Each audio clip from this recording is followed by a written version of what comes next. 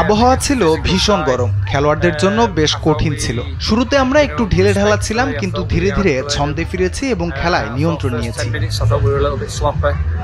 কিছু ভালো passing movement ছিল, সেট পিস থেকেও গোল এসেছে।